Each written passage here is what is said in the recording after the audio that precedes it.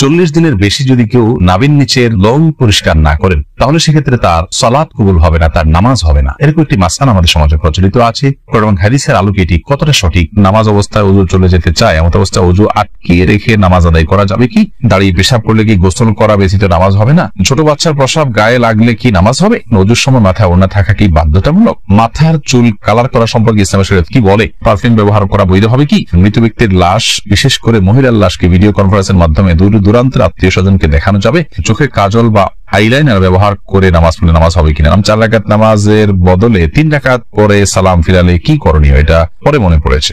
আর বিলম্ব না করে চলুন আমরা প্রবেশ করি আপনাদের প্রশ্নগুলোর উত্তর দেওয়ার পালায়। অ্যাঞ্জেল রুমি আপনি লিখেছেন, চোখে কাজল বা আইলাইনার ব্যবহার করে নামাজ পড়লে নামাজ হবে কিনা? নামাজ হয়ে যাবে। সুমন আহমেদ আপনি লিখেছেন, 4 রাকাত নামাজের বদলে 3 রাকাত পরে সালাম ফিরালে কি করণীয়? এটা পরে মনে পড়েছে। ফরজ নামাজ যদি 4 রাকাত যায় 3 রাকাত সালাম ফিরে ফেলেন, তৎক্ষণাৎ মনে পড়লে তো আরেক রাকাত পরে শেষ নামাজ হয়ে যাবে। কিন্তু আপনি উঠে চলে গেছেন, অন্য কাজ করছেন, তারপরে মনে পড়েছে, তাহলে আবার আপনাকে সে সালাত আদায় করতে হবে। ইসরাজান আপনি লিখেছেন, স্বামীকে খুশি করার জন্য ফর্সা হওয়ার ক্রিম ব্যবহার করা যাবে কিনা?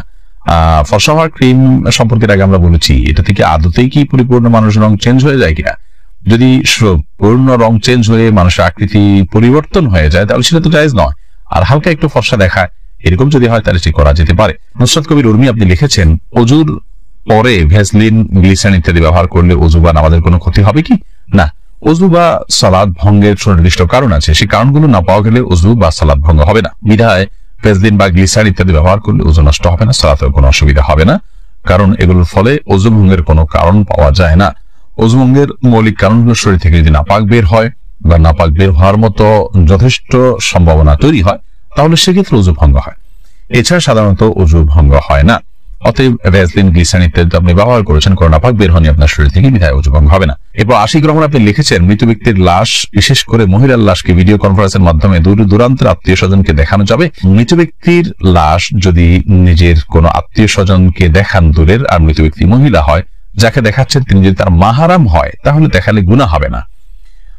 তবে সেটাকে ভিডিও করে রাখা, ছবি তুলে রাখা অবশ্যই অনুচিত কাজ, কারণ মৃত্যুর পর মানুষের আকৃতিতে অনেক সময় পরিবর্তন হয়, কিছুটা বিকৃতি ঘটে থাকে।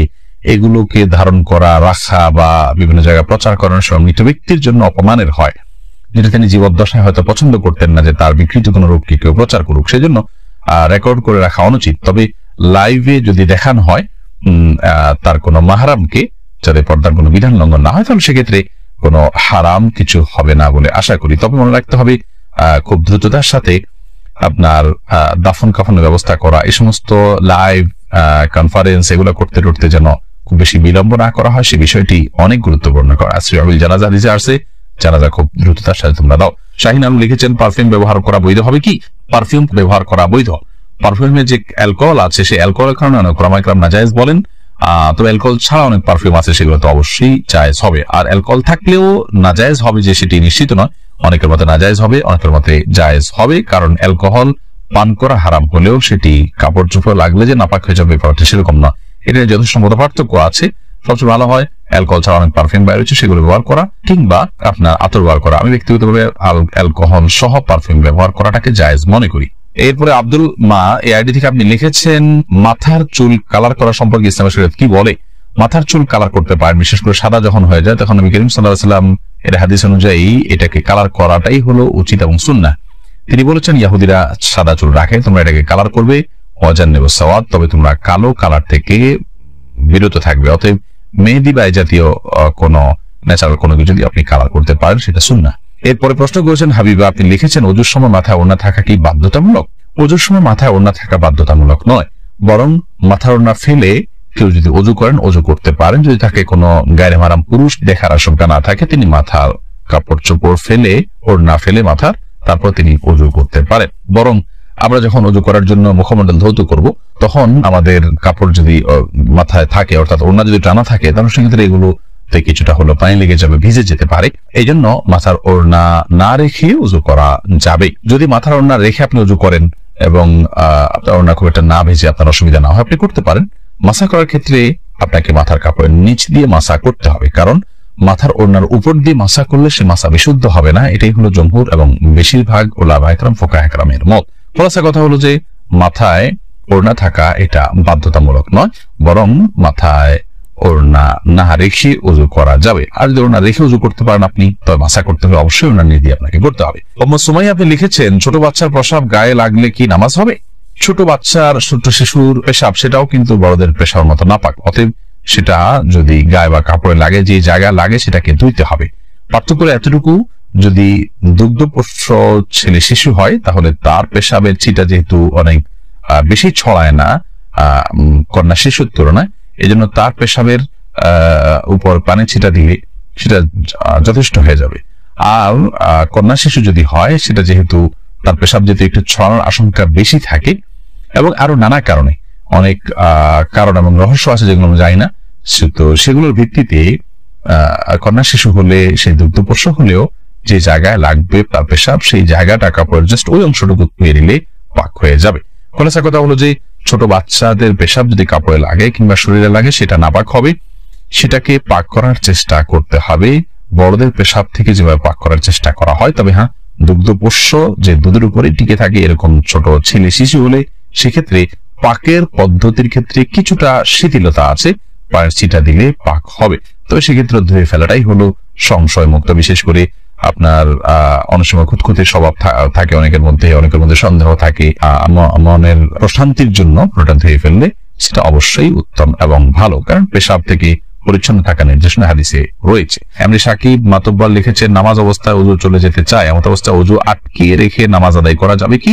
অবশ্যই আটকিয়ে রেখে আদায় করা যাবে, তবে স্বাভাবিক অবস্থায় উযু আটকিয়ে রেখে তারপরে ওই উযু দিয়ে নামাজ পড়া উচিত নয়। তবে নামাজের মধ্যে যদি আপনার উযু ভাঙার বা পেশাব পায়খানা বেগ হয় তাহলে সে বা বায়ু নির্গত হওয়ার বেগ হয় তাহলে সেটাকে আটকিয়ে রেখে সালাত কমপ্লিট করা যেতে পারে, যেহেতু সালাত কমপ্লিট করা আল্লাহর কর্তৃক নির্দেশিত, আল্লাহ বলেছেন। এরপরে মোহাম্মদ আরাদ আব্দুল্লাহ আপনি জানতে চেয়েছেন, দাঁড়িয়ে পেশাব করলে কি গোসল করা ব্যতীত নামাজ হবে না? দাঁড়িয়ে পেশাব করলে যে গোসল করতে হবে এমনটি বাধ্যতামূলক নয়, বরং দাঁড়িয়ে পেশাব করার পরও আপনি গোসল ছাড়া নামাজ আদায় করতে পারেন। দাঁড়িয়ে পেশাব করতে গেলে যদি আপনার শরীরে কোথাও ছিটে ফোঁটা লাগে বা পেশাব লেগে যায়, সেই জায়গাটা আপনি ধুয়ে ফেলবেন, ধুয়ে আপনি সালাত আদায় করতে পারবেন। আর দাঁড়িয়ে পেশাব করাটা অনুচিত, অনুত্তম, ভালো নয়, মাকরুহ কাজ। নবী করিম সাল্লাল্লাহু আলাইহি ওয়াসাল্লাম সচরাচর দাঁড়িয়ে পেশাব করতেন না। 40 দিনের বেশি যদি কেউ নাভির নিচের লোম পরিষ্কার না করেন তাহলে সেক্ষেত্রে তার সালাত কবুল হবে না, তার নামাজ হবে না। এরকম একটি মাসআলা আমাদের সমাজে প্রচলিত আছে, এবং হাদিসের আলোকে এটি কতটা সঠিক আমরা সে বিষয়ে জানার চেষ্টা করব। প্রথম কথা হলো, হাত পায়ের নখ ছোট করা, গোপ ছাটা ছোট করা, বগল এবং নাভির নিচের পশম পরিষ্কার করা, এটাকে চেঁচে ফেলা, এটি সকল নবী রাসূলগণের প্রতি আল্লাহ রাব্বুল আলামিনের পক্ষ থেকে আরোপিত কমন একটি বিধান ছিল, সকল নবী রাসূলগণের কমন একটি সুন্নাহ ছিল, যে সুন্নাহ সকল নবী রাসূলদের জন্য প্রযোজ্য ছিল। একজন ইমানদারের জন্য সেটি অবশ্যই অনেক বেশি গুরুত্বপূর্ণ। আনাস ইবনে মালিক রাদিয়াল্লাহু তাআলা আনহু একটি হাদিস বর্ণনা করেছেন, যেটি সহিহ মুসলিমে বর্ণিত হয়েছে, সূরা নাসা এবং মুসনাদ আহমদ সবগুলো হাদিস কিতাবে বর্ণিত হয়েছে। সেখানে তিনি বলেছেন যে রাসূল আকরাম সাল্লাল্লাহু আলাইহি ওয়াসাল্লাম আমাদেরকে এই কাজগুলো করবার জন্য, অর্থাৎ হাত পায়ের নখ ছোট করা, গোপ ছোট করা, বগল এবং নাভির নিচের পশম পরিষ্কার করা, চাষা, এই কাজের জন্য তিনি আমাদেরকে সময়সীমা নির্ধারণ করে দিয়েছেন 40 দিন। অর্থাৎ 40 দিন পর্যন্ত কেউ যদি বিলম্ব করেন তাহলে সেটি জায়েজ আছে, যদিও এত বেশি বিলম্ব না করে প্রতি সপ্তাহে একবার পরিচ্ছন্ন করতে পারে সেটি উত্তম ভালো কাজ। যত বেশি পরিষ্কার রাখা যায় এগুলো ততই ভালো। কিন্তু যদি কেউ বিলম্ব করতে চান তাহলে সেক্ষেত্রে তিনি এগুলো না চেষে না কেটে সর্বোচ্চ 40 দিন পর্যন্ত থাকতে পারবেন। 40 দিনের পর যদি তিনি না কেটে থাকেন তাহলে সেটি তার জন্য গুনাহের কারণ হবে, সে কারণে তিনি আল্লাহর কাছে পাপী হিসাবে বিবেচিত হবেন। কিন্তু এর কারণে তার সালাত হবে না, তার নামাজ কবুল হবে না, এরকম কোনো কথা হাদিসের কোথাও বলা হয়নি। সালাত বা নামাজ বিশুদ্ধ হওয়ার সম্পর্ক হলো সালাতের যে শর্ত আছে সেই শর্তগুলো তিনি সঠিকভাবে আদায় করেছেন কিনা এর উপর নির্ভর করে। যার কারণে সালাতের শর্ত যদি সঠিকভাবে আদায় করে থাকেন, ফরজগুলো সঠিকভাবে আদায় করে থাকেন, তাহলে সালাত বিশুদ্ধ হবে। যদিও তার নাভির নিচের লোম তিনি অপরিষ্কার রাখেন, নখ বড় রাখেন, এগুলো করা সত্ত্বেও তার সালাত আদায় হয়ে যাবে। কিন্তু এগুলোকে তিনি বড় রাখবার কারণে, ছোট না করার কারণে, সমত না চাষবার কারণে, 40 দিনে বেশি অপরিচ্ছন্ন রাখবার কারণে তিনি একটি গুনাহে লিপ্ত হলেন, সেটি সম্পূর্ণ ভিন্ন বিষয়। আল্লাহ বলে আমাদের সকলকে সব ক্ষেত্রে রাসূল আকরাম সাল্লাল্লাহু আলাইহি ওয়াসাল্লামের সমস্ত দিক নির্দেশনাগুলোকে মেনে চলার তৌফিক দান করুন।